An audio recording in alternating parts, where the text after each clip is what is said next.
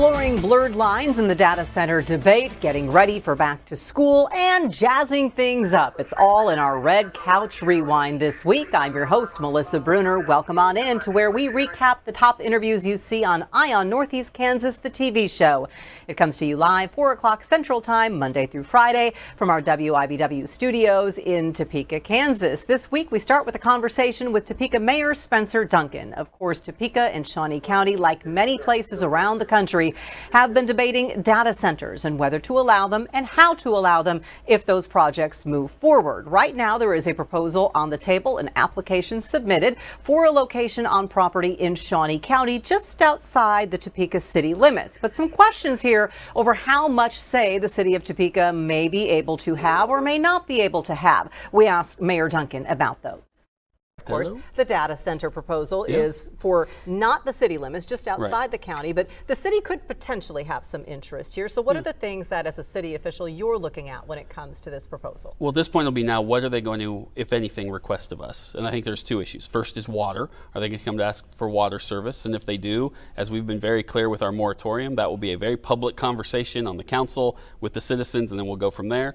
And then at some point they may ask about annexation, and that's a whole nother can of worms I think will need lots of discussion. But I think that at this point, those are the two requests that might come before us. So the rural water district where the proposal is gets its water from the city of Topeka. Correct. Would the city have any say then in terms of what could or could not happen, since you don't, technically you're not the water supplier, correct, but you kind of are the water supplier? We are. Legal is looking at that right now because there's some state laws that dictate how you're to treat rural water districts. We also have current contracts with them that obviously if we just magically broke those, that would lead to some legal issues. So we're looking at that now so that we can be better educated when and if that conversation becomes us to know what our right is and what the legal obligations are. And years ago we kept hearing about this whole 3-mile limit, you know, the 3-mile radius type thing. How does that play? I mean, does the city have any say in development proposals that are right adjacent to city limits like this is? Not in this case because of how it's already zoned out in the county and for the distance and location of where it is. If it was a little closer to the city limits, maybe. So this really is, and I'm not trying to put it all on the county, but this is really a county issue in terms of whether they want to move their permit forward at this point. But certainly something the city is monitoring. It impacts our citizens, so we want to be involved in the conversations and continue to have those conversations with the community, the developers, the county, and everybody who's involved. How involved has the city been and informed when it comes to the conversations in terms of being members of JADO, the Joint Economic Development Organization, and whether or not any incentive things might come before them? To my knowledge, JADO hasn't been too engaged. If Go Topeka, who represents JADO, is having those conversations, they have not communicated that back to JADO. It is my understanding, and I haven't been involved in any private conversations with Compass or any of those groups, but it's my understanding at this point, they're not asking for any tax incentives. That's one piece of this puzzle that they're willing to pay. Whatever taxes they're going to have to pay, they're willing to pay them. That's the least of their quote-unquote concerns at this point. And to your knowledge, have you been asked to sign any sort of a non-disclosure agreement or any city officials? Nope, and I'm really clear about those. I understand the protection of what I call true proprietary information, financials, things that we all would consider proprietary. Things that aren't proprietary mean who you are, where you want to build, what you want from the citizens. Our taxpayer incentive dollars have to come with strings attached. And if you're not willing to engage in those conversations publicly, we're probably not the right community for you. We had a community meeting last week regarding the mid-year crime information from the Topeka Police Department and Chief Vallejo. What do you think of the state of crime? He said it's way down. It is down, and I know everybody looks at that and says, oh, there's a little skepticism, and that's fair. I do remind people those numbers aren't just generated by our department. They're checked by federal agencies and others. The good news is it shows that a lot of our more emphasis on community policing, which Chief Vallejo has brought into this community, is helping, and it's making a difference. It's not perfect. We have a ways to go. We still know that petty crime is still at a higher level than we want it, low-level theft and others, and that's a problem. But violent crimes are down. Domestic abuse is down. Some of those really important high numbers are down, and so I think we should all be happy for that. When you look at those numbers and what would seem to be some success in creating a safer community, weigh that against the budget discussions that are going on. And we're hearing that there could be some proposals to reduce the number of sworn officer positions because all the various departments and agencies and programs are having to make ends meet. So the conversation I remind people, it's a freeze, not an elimination. That's an important distinction. Are these positions that are currently open? They're currently open, yes. So the point was we're not going to get rid of them, but we might freeze them until those dollars become available. 70% of our budget is public safety. And for years, we've been able to avoid making any hard cuts or decisions on that 70%, and we keep trimming the 30%. You can't do that forever. The numbers don't work out that way. We also gave our officers, and I was happy to do this, a 23% pay increase 2 years ago. That's a $5 million budget hit to our overall budget this year. So there has to be some course correcting. But I think the key is we're not getting rid of those positions in the sense that they're gone forever. We just might have to freeze some of them, and then as those dollars become available, we can start filling them back in. Is there any kind of hard line in terms of what you think people would accept in terms of any kind of a mill levy increase? I know the goal is not to increase the mill levy. No, I think Nobody everybody's wants to pay more very in property clear, taxes. don't increase our mill levy. And so while that doesn't mean we may not capture the increase in valuations, which I remind people has nothing to do with us, that's the state. But your tax bill still goes so up. I always want to be because, clear, just because we haven't raised your mill levy doesn't mean your tax isn't going to go up. But we haven't raised the mill levy in 14 years. We've lowered it 3 out of the last 6. And I'm hoping we keep on that trend to at least do our part. How far away are we from reaching that point in the current budget discussions? Of lowering the mill levy or not increasing? Or even keeping it the same? We've already stated, as we are required under the revenue neutral law, that we will not be increasing the mill levy. We haven't said we're going to stay revenue neutral yet, but we've already had to declare to the state and the county that we are going to stay at our current mill levy. But when you look at the wish list, are we still a ways away even from reaching that goal? Of staying there? In the discussions, yeah. Yeah, well, once we make that declaration, we cannot increase the mill levy now this year. Correct. Yeah, so that's there. Now, would I like to lower it? Yes, but I can't do that this year, and I'm going to be very honest But is there a with gap? people. I mean, even if you don't increase the mill levy, I guess what I'm saying is Oh, everybody goes in yeah. and they give their whole wish list, which means the budget Yes. could be this, but you know you can't. The spend that. valuation increases that we'll capture is 4.5%. So we'll see a 4% growth in our budget this year, and that's really what we're being asked for is a 10 or 15% growth. And so 4% is the max of what we're going to be able to do. So you got to make some cuts. Right. That's Okay. why we have an $11 million deficit. Discussions to keep going. Appreciate it, Spencer Duncan, Yep, Topeka absolutely. Mayor. Stay tuned, as they say, because the debate continues in Topeka, Shawnee County, and all around Kansas and the nation when it comes to data centers.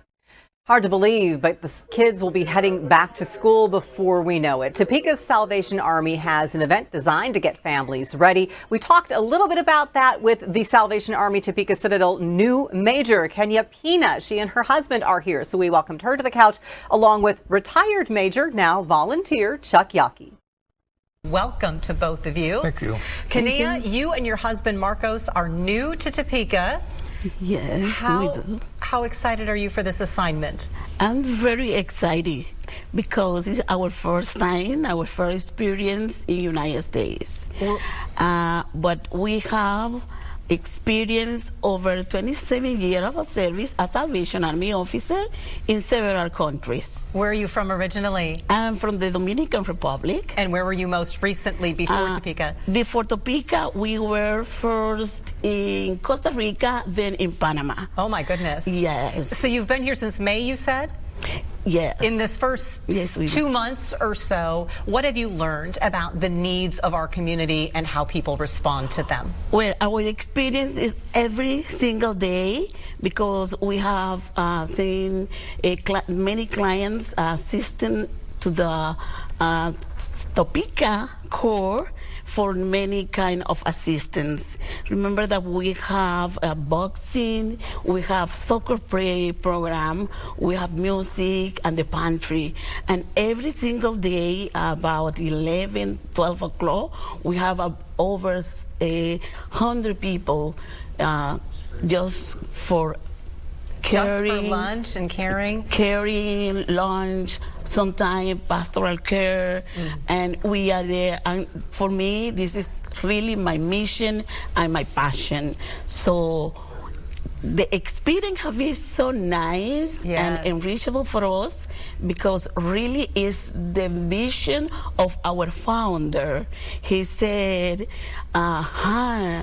to the man and heart to God. Absolutely. And so as you've seen those needs, that's where the Back to School Bash comes in, Chuck. What can families all get and experience at that event?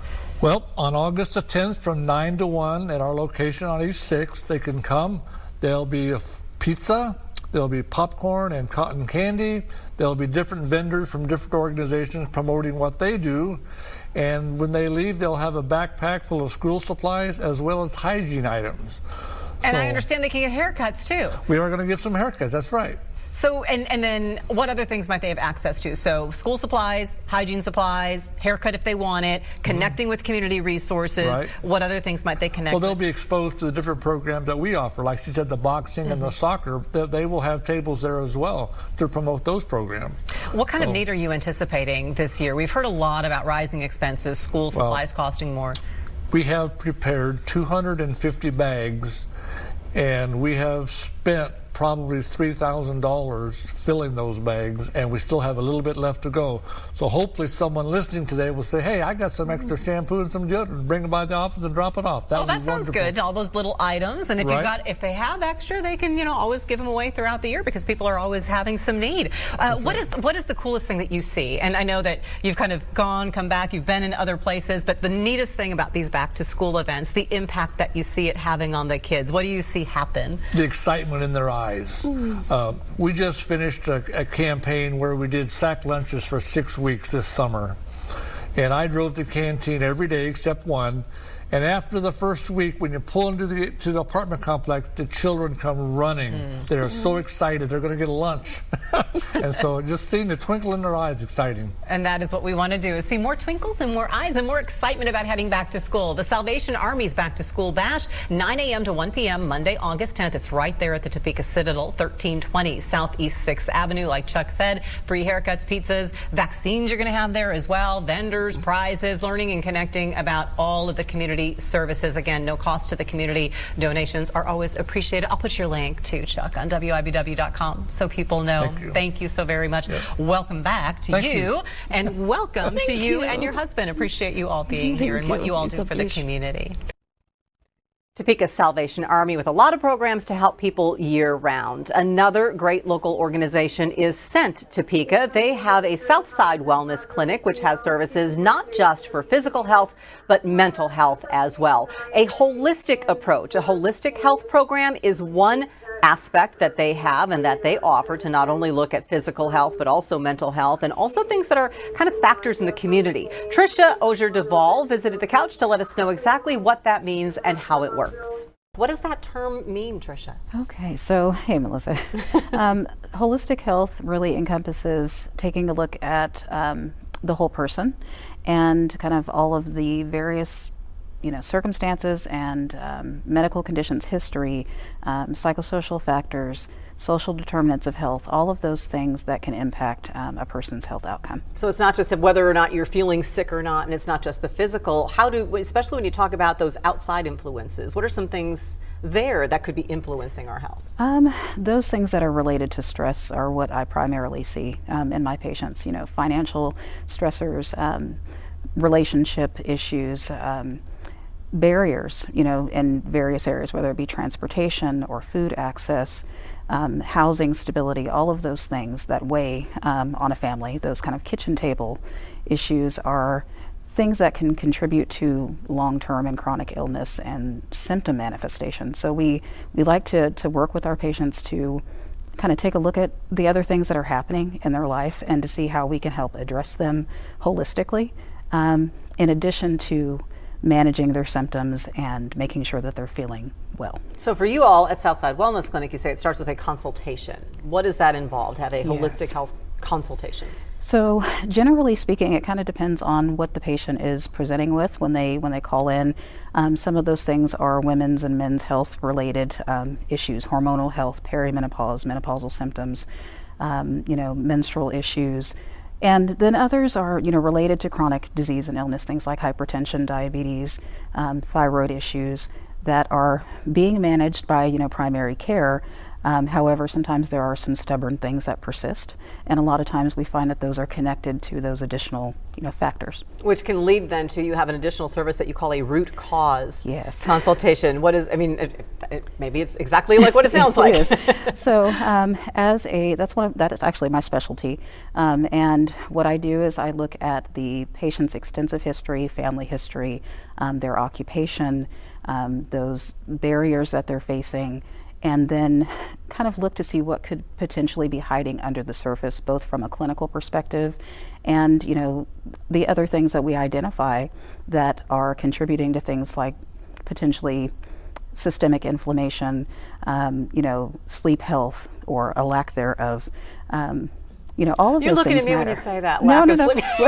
I think sometimes that applies to most of us. Yeah. But we want to be sure to address everything that we can and get them connected to the services it's sent, so that we can fully, meet that family's needs, meet that patient's needs, and help improve their health. Well, because in overall. all seriousness, you might say, well, why doesn't someone just control their diabetes or eat better? But if you don't have transportation to the doctor or can't afford the meds, that's that outside root cause you're talking about. Yes. So sometimes the root cause is a barrier in terms of transportation or finances, but also there are some medical conditions that we uncover that had not been previously diagnosed, and so our ability to kind of look and find the correct pathway to go down in terms of investigation and additional diagnostics, nutritional deficiencies, genetic conditions, things that patients are predisposed to.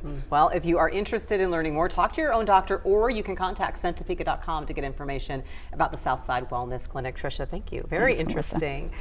Visit Cent Topeka if you'd like to learn more about that program. We have some other activities that are going to be happening around the area. One supports veterans, another supports cancer patients, and we're going to jazz things up as well. That's all when the Red Couch Rewind returns.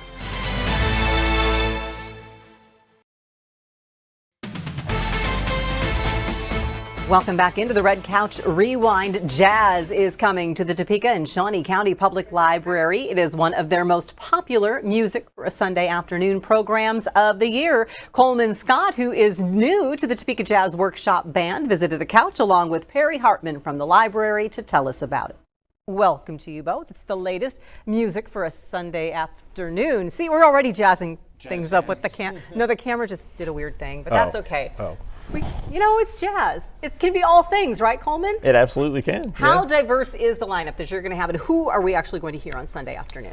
So we're going to hear a wide variety of different composers. We're going to have some jazz standards going back to Duke Ellington and Benny Goodman, some Sammy Nestico arrangements, all the way up to some original compositions from our very own band members. So a wide variety of music. And this is kind of a big deal for you because, folks, Coleman's going to be making your directorial debut with the Topeka Jazz Workshop. I am. I played with the group, couple concerts with the group back in the trumpet section, but haven't stood in front and waved my arms yet, so I'm going to do that. There you go. Yeah. As a newcomer to the group, what is so cool about it to you? It's so cool to have this connection of jazz wherever you go. It doesn't matter. You can hop in with musicians, and it's like you've known them for your whole life. So being able to come here and jump in and make music with these guys and gals has been great.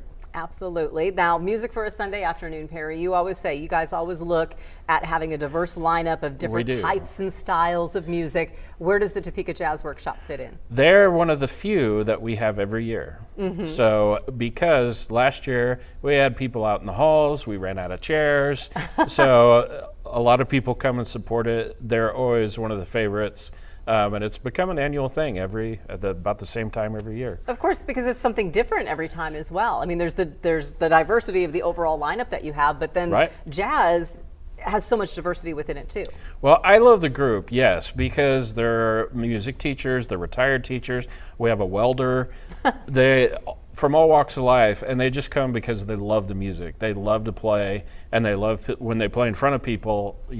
They always put it up a notch because they just love to share their love for it. When you try to put together a concert that is going to be free, which means perhaps some different folks, and especially at a place like the library, where some folks who maybe wouldn't necessarily buy a ticket to a jazz concert because that's kind of a commitment, a different level of commitment. What do you keep in mind when you're putting together that lineup, knowing that you're going to have some people coming to a live jazz concert for maybe the first time? I think it's important to program something for everyone. So, as far as when you're putting together a program, you should have like funk tunes in there, you should have jazz standards, you should have some new stuff that maybe some younger folks might like more. So just trying to put something in the lineup for everybody. Is jazz one of those things where you don't know you know it till you hear it, and then they're like, I know it? That's a big part of it. We have our Topeka Youth Jazz Workshop as well, which I co-direct now with my colleague Craig Trinan over at Washburn. And that's such a great group. From an educational standpoint, it's so important for the students to not only go hear the music, but to get experience playing it. And I feel like the Jazz Workshop does a great job of marrying those two things together. You're looking at one of the alum. Yeah, well, there you go. Yeah, see? So we have jazz on this Sunday. What are kind of the next acts in your Music for a Sunday afternoon lineup, Perry? In September 20th, we have Harpists for Peace. That's actually our second annual thing. Yeah. One of the employees plays harp and organizes it. Very unique. You'll never see 10 to 15 harps all in one place playing together. I love it. Let alone one or two harps. And then we will have a group in, I have to look at my notes, October 11th, the St. Petersburg Quintet. Ooh. We're stealing them. They are here for a year residency at UMKC. They are from Russia. And I actually got to meet one of them a few weeks ago. They were checking out where they were going to perform. They are phenomenal. Well, we can't wait for that. Yeah. And when's the next time after Sunday? So Sunday, by the way, 3 o'clock at the library is when you can hear the Topeka Jazz Workshop free concert. Coleman, what do you guys have coming up next? This is kind of closing it out for the summer, actually. Okay. So next time you'll hear us is in the spring with our joint concert with the Topeka Youth Jazz Workshop. Well, we will make sure everyone knows when that is coming up. But meantime, make plans to hit the library on Sunday to get a little jazzy. Coleman, Barry, thank you so very much. Appreciate you both. Keep an eye on the library's website for those upcoming Music for a Sunday afternoon programs as well. For the 12th year, folks in Coffee County are going to take a swing at supporting people who are fighting cancer. Cindy Dublé visited the Red Couch to talk about the Coffee County Cancer Support Group 12th Annual Golf Tournament. Welcome to you, Cindy. Hello. 12 years, can you believe it? I know. How has Just this so event fast. grown? It just every year it just keeps getting bigger and bigger, and we add more teams and we add more just donations, and it's just been great. Now, tell us about the organization that this supports. Yeah, so Coffee County Cancer Support Group has been in existence since 2004, and we've just grown with survivors and volunteers that want to just jump in and just get busy and do things, and fundraisers and memorials, and all of our donations and everything that we get stays local, right there for our county. So it's really great. What sorts of things that you do? Because the name is support, but it's more than a support group. Yeah. So you mean like with cancer patients and Everything, such? We support. Yeah, we support the cancer patients through funding for like driving to appointments, gas cards. That way, we've paid their electric bills. We have that monetary amount for that. We have Cancer Support Group night where we all get together and we join together and survivors talk about different things and how we can help others. We do lots of fundraisers. We do pancake feeds, all kinds of things. And like golf that. tournaments. And golf right? tournaments. And golf Yeah. tournaments. Yeah. How big is that transportation assistance portion of it? Because I'm thinking of Burlington's location down there in Coffee County. I mean, how much travel are people typically doing to get their treatment? Is there much available right at home? Because cancer treatment can be kind of specialized. Not so much in Coffee County. I know we have patients that go to Emporia, which 40 minutes. Topeka, they come up here, and KU Med. We have patients that go to Wichita. So we're kind of in that little area where it's a drive or everywhere we go. Not just down the street. No, not at all. How did you come to know? How does this become so important to you? I am a cancer survivor. So how long? 13 years. Congratulations. Yeah, thank you. Yeah. Thank you. What did you encounter during your treatment, and how did Coffee County Cancer Support help? I had one of the members come to me right after I was diagnosed and just introduced me to it, and I immediately teared up, and I realized how important it is just to have my neighbor right next door to me basically just coming and supporting me and showing me how they care and reaching out to me. So it was just a blessing indeed. And so now you do this So now I do that to get back. All right. How does the golf tournament unfold? We start out on Saturday morning registration at 7 o'clock. And we start tee off at 8 o'clock. We have prize entries. They have lunch served. There's prizes for I have to look at my notes. Let's see. So many things to do. Prizes for a hole-in-one. Yeah, of course, who wouldn't like to have that? Exactly. Eagles, pars, all of them kind of have little all of competitions those. within the competitions. Yeah, and there's little games along the way. So yeah, it's just a fun day for all. So. And you do 2 days? Yes, we do Friday and then we do Saturday also. So we have 2 rounds. Is it too late to sign up? No, we actually have openings for Friday. We have a couple spots open for Friday, so it's not too late. So please. Absolutely. We also have, it's really neat, we have a tribute walk, and we have a sidewalk lined with tribute signs. So that's really neat. So we have, if you wanted to do a memorial, in memory of or in honor of, we have that available too. So it's pretty special to see that too. How do people connect with Coffee County Cancer Support if they need We're on Facebook, Coffee County Cancer Support Group. There's also numbers for like some of our members that they can get in touch with us that way. So if somebody would like to get in touch with us, yeah. So folks who want to golf on Friday, Yes. you still have a chance to do that. I believe it's $200 per team. The 12th annual Golf Classic for Coffee County Cancer Support Group is coming up August 14th and 15th. And as you said, Cindy, 7 o'clock is registration each day. 8 o'clock is the tee time. Right there is the phone number. If you would like to sign up for the golf tournament still, again, Friday, the 14th has some openings. If perhaps you want to find out how you can join the support group, if you want to make a donation, because they would love to take donations to support other folks, that is the phone number, 620-364-6660, and I will put that on WIBW.com as well. Cindy, Okay, thank great. you so Thank very you. much. Thank you Have for a having great me. event. Coffee County is not the only place where they'll be teeing off for a good cause. Emporia has a benefit golf tournament coming up as well. This one helps the veterans in the Emporia area, which is, of course, the founding city of Veterans Day. Jesse Solis visited to talk about that. The 24th annual All Veterans Golf Tournament. 25th. Oh, my time flies. My goodness gracious. 25th. Gosh. Wow. How much money have you raised in all that time? Well, A you lot. figure, yes, quite a bit, because every year the Legion, the American Legion and the VFWs and the Mexican American Second World War Veterans Committee has received $1,000 each year.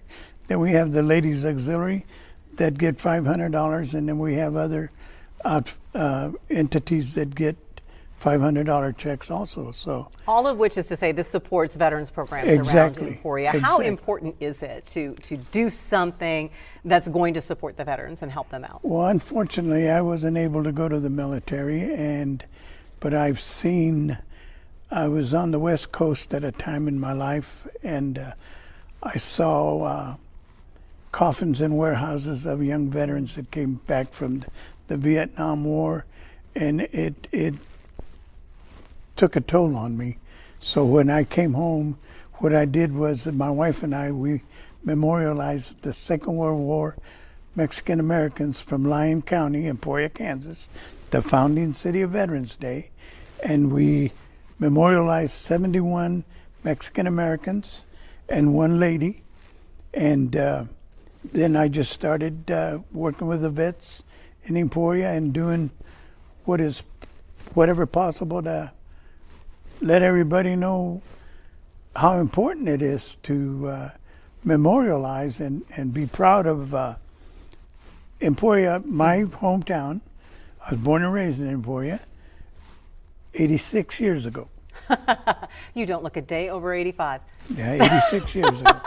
Well, and that's very special coming from you, because as one who was unable to serve, to have that come from your heart, and thank everyone else. And so this is a veteran that you are in the midst of a fundraising project for. Who is this gentleman and his lovely bride? That is Mr. Alvin J. King, the gentleman that went to Washington in 1952-53 and had Veterans Day or Armistice Day changed from Armistice Day to Veterans Day, because Armistice Day, the First World War, were the only veterans that were recognized by Armistice Day. By changing it to Veterans Day, he covers all veterans. And that is why Emporia is the founding city of Veterans Day. How do you want to honor Mr. King, and how can people help you do that? This is what's going to be on a plaque that we have a co-felt sign company in Emporia that is going to send off and have that plaque. And I had some Emporian historians make sure that we wrote it up correctly and in the manner that is very important, that it be all correct. And so we're going to send off for this plaque. When it gets back to Emporia, we're going to have a celebration. All right. And we're going to try, we're going to try to get some dignitaries from Manhattan, Junction City, Fort Riley, Topeka, and whomever. And we're asking for any support we're asking for donations also. That's the part I don't like to do. But Well, I'm going to put an address on our website where people can send the donations, because Thank you. sometimes that's tough to remember. The Golf Classic, by the way, and I wrote 24th, it's the 25th, folks. It is coming up on Saturday, September 12th at Emporia Municipal Golf Course. So make your registration now. If you have any questions, I'll put that phone number online as well, because they want to make sure everybody gets the reservation in and they know how many people to expect in September. That's on my birthday, by the way. I was saying we're going to celebrate my birthday by helping out the veterans around Emporia. Where will the plaque ultimately be placed for Mr. King? it will be placed at, Mr. King was a shoe salesman. No, I'm sorry, he was a shoe repairman. And I met Mr. King because I used to shine shoes in Emporia as a kid, and my boss would send me to Mr. King and have him Shine the shoes or repair them? Repair them. Nice. We take them back and get them shined, and then give them to our return them to our customers. But my boss was a Greek gentleman. We had a small Greek settlement in Emporia. I think it's important. And Mr. King was a very serious gentleman. So when Mr. Giannikos, Steve Giannikos was my boss, he would tell me, now you tell Mr. King, in his tongue, you tell Mr. King to keep on smiling. And when I would tell Mr. King that, he would smile. I love it. I love it. Thank you so much, Jesse, for sharing. We'll get the address and all of that information posted on WIBW.com. Make plans for Emporia's Veterans Golf Tournament coming up in just a few weeks. Always a great time. And of course, stay tuned for everything that they have planned in November to honor veterans for Veterans Day. A project is underway at one Topeka Elementary School. It is to honor a longtime gym teacher and coach there. Most Pure Heart of Mary has renamed its gym the Don Turner Gym, and they continue fundraising to make some improvements. It's more than just a gym. Eric Deecher and Carrie Tinsley visited to talk about that project. Welcome to both of you. Thank you. And Carrie, you're a little bit unique because you knew Don Turner. What capacity did you know him, and for how long? Okay, well, my mom actually was a student of his at Most Pure Heart, and then when I went K through 8 at Most Pure Heart, he was my PE teacher, and now I actually work at the school, and my kids go there as well. So he is a fantastic teacher, inspiration, human being. So I'm really happy for him. Yep. You're really happy for him. Why did you all decide to honor him in this way? Oh, wow. I mean, just as an educator myself, it's amazing to see a former educator be at one place for so many years and just inspire so many people. And so he's very well deserving of this. Absolutely. So you named the gymnasium for him, but Eric, what else are you doing to the gym? So the plan is, with the raised money, is that we're going to make renovations to include, like right now, they're adding air conditioning. Oh, that would be nice. Oh, yes, long overdue. Yeah. So that is a welcome addition to the gymnasium. Replacing the windows with more modern and more efficient windows, replacing the bleachers that are currently in there, and going to upgrade the ceiling. It needs some repairs as well, and refreshing, with paint and new decorations. That will be added as well. How big of a project is this? How much money are you looking to raise? We're wanting to raise $500,000. So we're about halfway, not halfway there. We are a little over $150,000 into our campaign. And we were given the approval, and they went ahead and started to do those improvements, like, with the air conditioning improvements and going ahead and replacing the windows. But yes, the other items need to be done as well, so that's why we need to continue to raise the money. In a school like yours, Carrie, what is the gymnasium used for? I mean, a lot of things. We have any assemblies in there, obviously PE class. Teachers will take their kids there if we have access to it for, weather permitting activities, things like that. We will do field day activities in there. Do you have a separate auditorium, or is this kind of function as your auditorium when you have programs and things there? Yeah, we have programs in there. We have a stage in there as well, and so performances are in there as well. So for a small school like yours, yes. It really is the heart. Is it your lunchroom also? It used to be. It used to be. When I was there. Yes, when you were there. Yeah, Yes. so it's been around a long time. Yes. Because I remember from small schools, it truly is the multi-purpose room. It's where everything takes Absolutely. place. Yes, it is. So that makes this important. Absolutely. The gym was built in 1955, And so over the years, it's had some improvements made to it. But this is a big overhaul, and adding the air conditioning and the windows will allow them to use it, because they do have another hall, O'Connor Hall, that is limited on space. And so this will give them the additional space to hold larger events. And as Carrie was saying, they do have utilized the stage. So if we do raise enough money, if we exceed our goal, we're hoping to be able to upgrade and make improvements to the stage as well by adding additional lighting and upgrade the sound system and just make it more purposeful all for of the those kids. things. How is this important to kind of that well-rounded education that we talk about? Most for kids? definitely, it is. Yeah, definitely. How can people help? So we have the opportunity that they can, I don't know if you were able to put up a QR code. There we it go. is. Awesome. There it is. That's fantastic. So they can scan that code and they can make a donation to that. We have different levels of giving. I mean, all donations are welcome and we would love. But we have a Navy level, which is $500. We have a silver level, which is $1,000, and then we have a gold level, which is $2,500, and then the Bobcat, because the Bobcat is the mascot for Most Pure Heart, and at $5,000 they would be recognized as the Bobcat level. And the plan will also include having a display to include all the donors and the level of giving. And navy and gold are your colors. That's why They navy are. level. There Okay. you For a go. second, I'm like, There oh, you this go. is military. No, okay. Yes. But you saw the address as well. If you were the traditional check and put it in the mail, people just send it on in care of the school. Carrie, Eric, thank you both so very much. Our sports team also profiled this project and talked a little bit more about Don Turner and what he has meant to the community. So you can find that on WIBW.com along with the address if you would like to support the Most Pure Heart of Mary Don Turner Gym project. Also online and on WIBW Plus, which is all of our digital platforms, you can find the videos from these segments along with all the guests who visit our Red Couch. Just click on Eye on Northeast Kansas. A section compiles all of them there. You can also get a little bit of a behind the scenes look with our studio selfies. You'll find those on my Facebook page, WIBW Melissa Bruner. A lot happening around the area. So until next time, we'll see you on the Red Couch.